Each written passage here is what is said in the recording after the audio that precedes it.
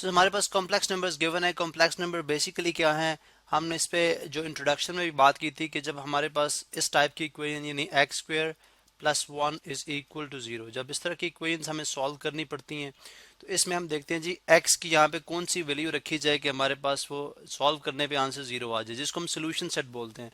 तो मालूम हुआ कि एक्स अगर हम यहाँ पे square root of minus one रखें, जो कि रियल नंबर के केस में पॉसिबल नहीं है, यानी रियल नंबर के केस में आप किसी नेगेटिव नंबर का स्क्वायर रूट नहीं ले सकते, लेकिन इस केस में अगर ये वाला नंबर यहाँ पे रखा जाए एक्स की जगह, तो ये यहाँ पे ये एक्स स्क्वायर की जगह रखा जाए तो हम एक्स स्क्वायर स्क्वायर रूट से कैंसिल आउट होगा, माइनस वन प्लस वन कितना आ जाएगा जीरो। तो x is equal to minus one कहलाएगा रूट ऑफ दिस इक्वेशन, जो कि रियल रूट नहीं है, कॉम्प्लेक्स है। कॉम्प्लेक्स मैंने आपको बता दिया, एक रीजन तो ये है कि नेगेटिव नंबर का स्क्वायर रूट एग्जिस्ट नहीं करता रियल नंबर के केस में। जब आप दूसरी बात करते हैं तो हम देखते हैं अगर हम इस नंबर का स्क्वायर करते हैं, ठीक है, अगर हम एक्स स्क्वायर का स्क्वायर कर दें तो हम बोले, और यहाँ पे एक और बात, यहाँ पे हम एक्स को रिप्लेस कर देते हैं आयोटा से, बिकॉज आयोटा की जो एग्जैक्ट वैल्यू है, आयोटा की जो एग्जैक्ट वैल्यू है वो क्या है, स्क्वायर रूट माइनस वन। इस जो कॉम्प्लेक्स नंबर था इसको हमने आयोटा कह दिया। अब अगर iota is equal to square root minus one है तो स्क्वायर करें इसका, अगर आयोटा स्क्वायर करें तो हमें समझ आती है कि वो किसके इक्वल आ जाएगा, माइनस वन के इक्वल आ जाएगा, क्योंकि स्क्वायर स्क्वायर रूट से कैंसिल आउट हो जाएगा, तो iota square equal to minus one.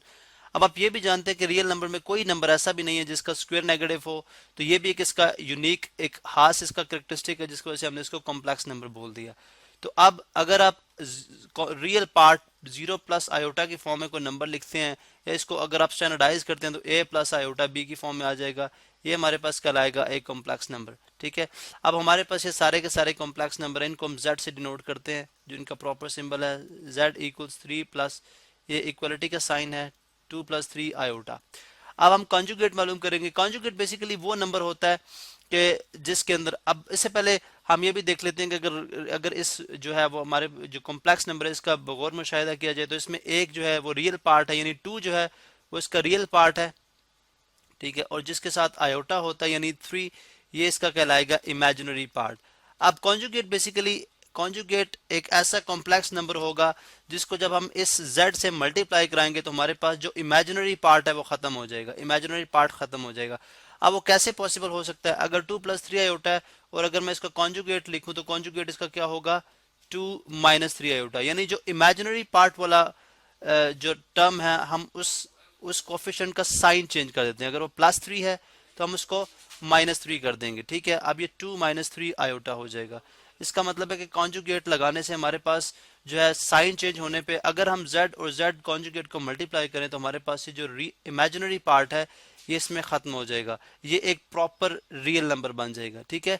इसी तरह से आप अगर इस z को देखें तो z is equal to three minus five iota. हम क्या करेंगे, सिर्फ जो माइनस फाइव है इसका साइन, जो कि कॉम्प्लेक्स इसका इमेजिनरी पार्ट है उसका, उसके साथ जो नंबर है उस पार्ट का साइन तब्दील किया जाएगा।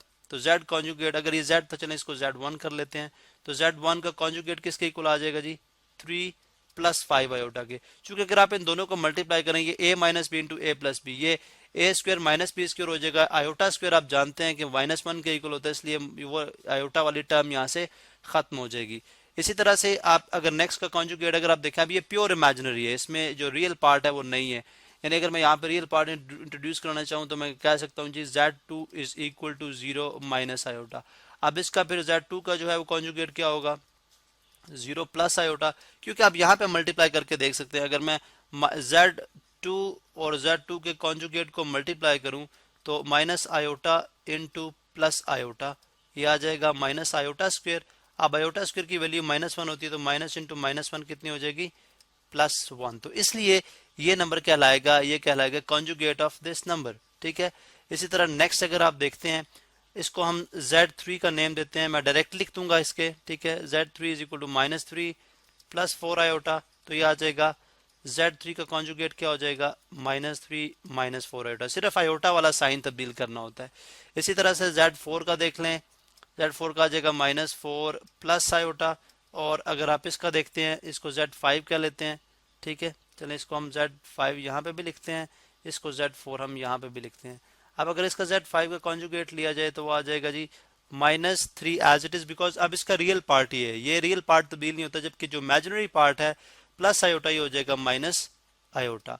तो इस तरह से आपने देखा कि किस तरह से हमने जो हमारे पास कॉम्प्लेक्स नंबर्स है उनके कॉन्जुगेट यहाँ पे लिखे। ये कॉन्जुगेट बेसिकली आपको हेल्प आउट करते हैं जब आप डिवीजन करते हैं, तो डिवीजन में जो डिनोमिनेटर होता है वहां से आयोटा को ख़त्म करने के लिए, उसको रियल पार्ट बनाने के लिए हम ये जो स्टेप है परफॉर्म करते हैं। और इस तरह आपने देखा जी ये कॉन्जुगेट हमारे पास किस तरह से सब जो हमारे पास कॉम्प्लेक्स नंबर्स है उनके हमने कॉन्जुगेट फाइंड किए।